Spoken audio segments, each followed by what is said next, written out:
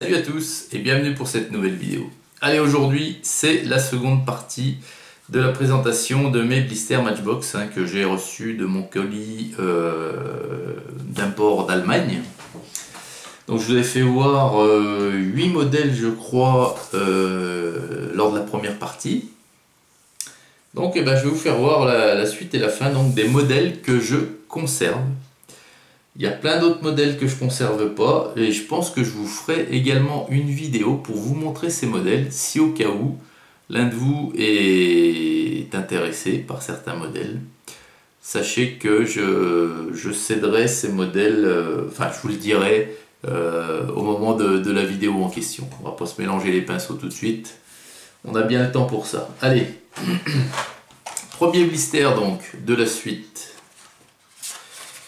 de ce colis, c'est donc le 2015 Ford F-150 Contractor Truck.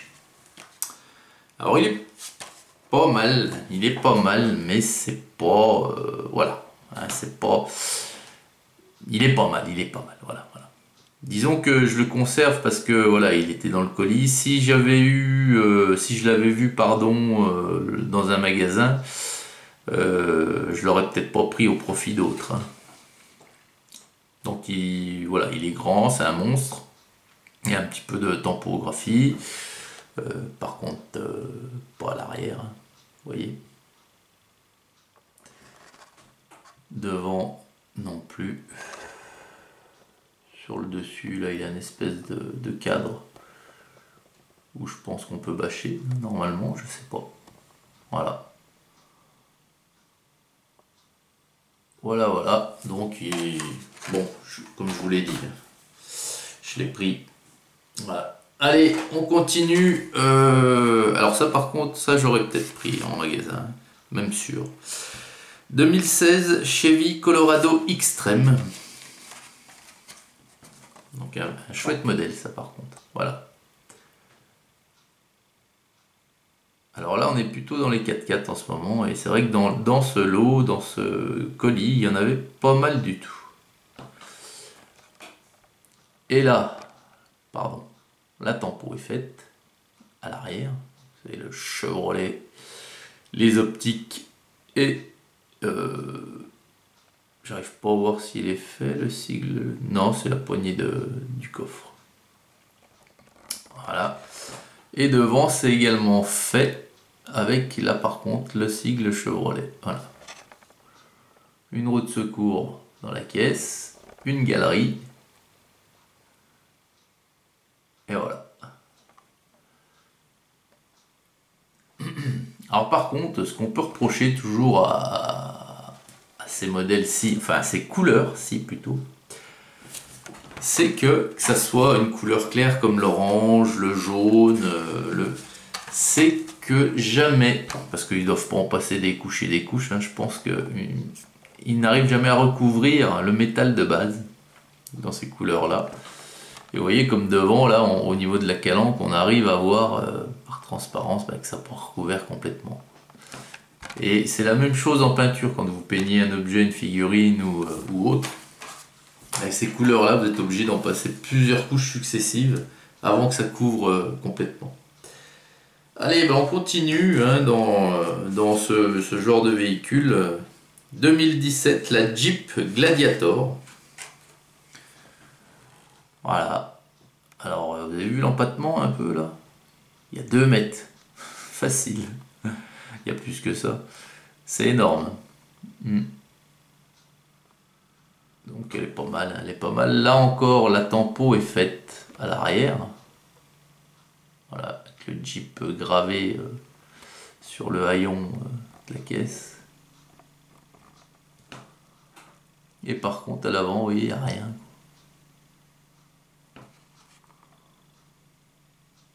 Voilà. Alors celle-ci, je l'ai en double. Celle-ci, je l'ai en double. Le Ford F-150 aussi. Allez. Allez, on va casser un petit peu cette série de 4x4. Et là, je vais vous montrer. Alors, je sais pas, c'est pareil, je la garde parce que c'est un coup de cœur. Je sais pas si ça existe réellement. C'est un Malibu Maraudeur, mais j'aime bien la couleur, j'aime bien la forme. Voilà. Donc c'est pareil, ça j'ai en double. Hein. Et je vous montrerai tout ça. Voilà. Donc il n'y a pas de tempo là, à part sur le côté. Voilà. Je sais même pas si ça existe, hein, je sais pas.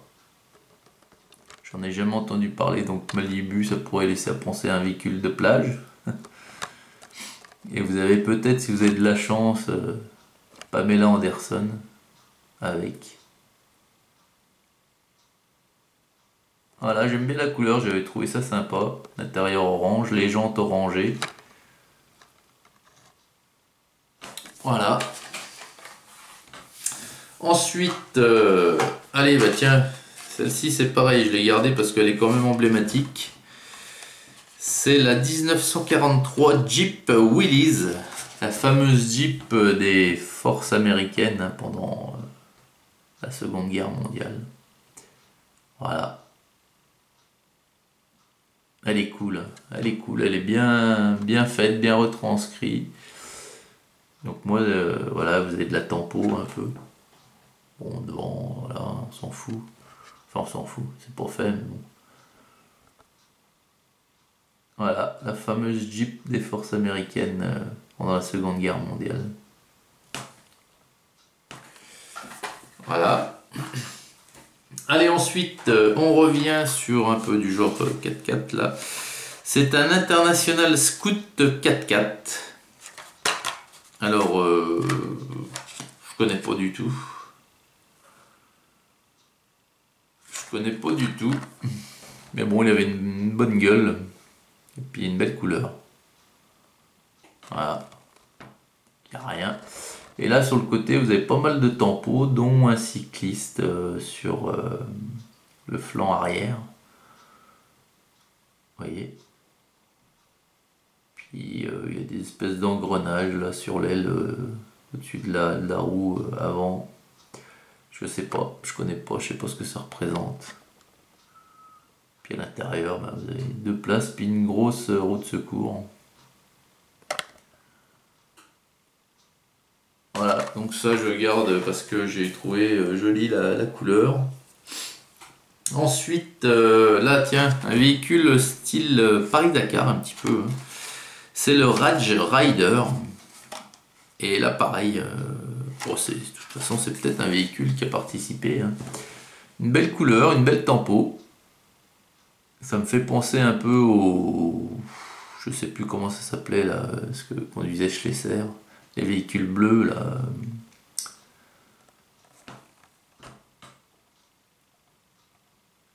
Voilà l'arrière. Une belle tempo sur le côté, hein, vous voyez. Puis devant, ouais, il est pas mal. Hein. Il est pas mal du tout.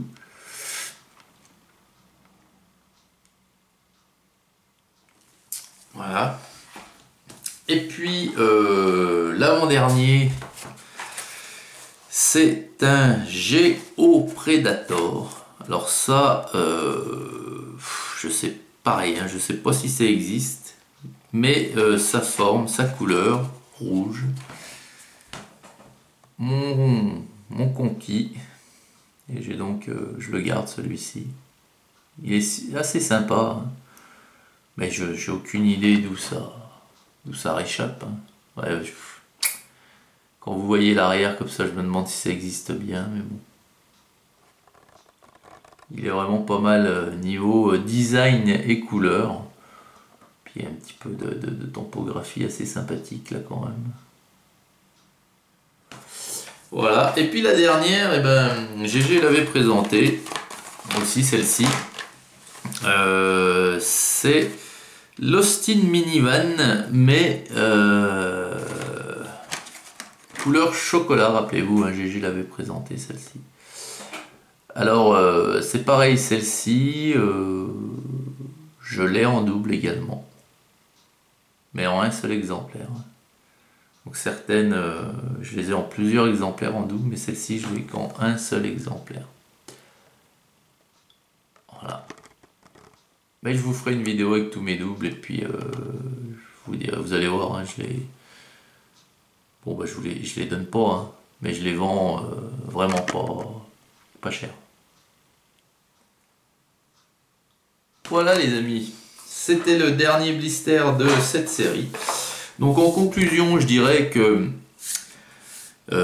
quand vous avez aucune incidence, que vous n'avez aucun regard sur le contenu de ce genre de colis, parce que là clairement c'était même pas un colis de grossiste, hein. Clairement c'est le vendeur qui m'a mis voilà, des blisters à l'intérieur.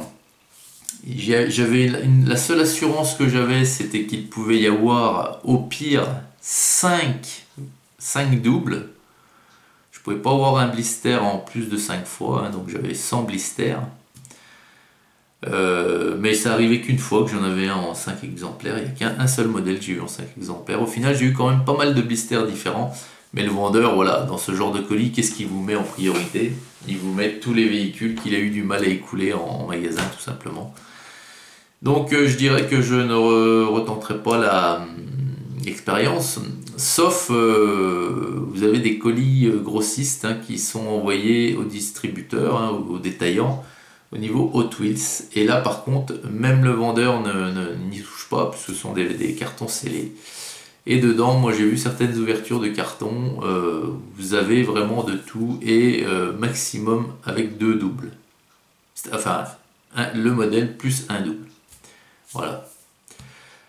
Voilà les amis, écoutez, abonnez-vous, ça me fera grand plaisir. Likez et partagez la vidéo, ça me fera encore plus grand plaisir. Et puis, excellente journée à toutes et à tous, et puis à très très vite pour la suite. Salut!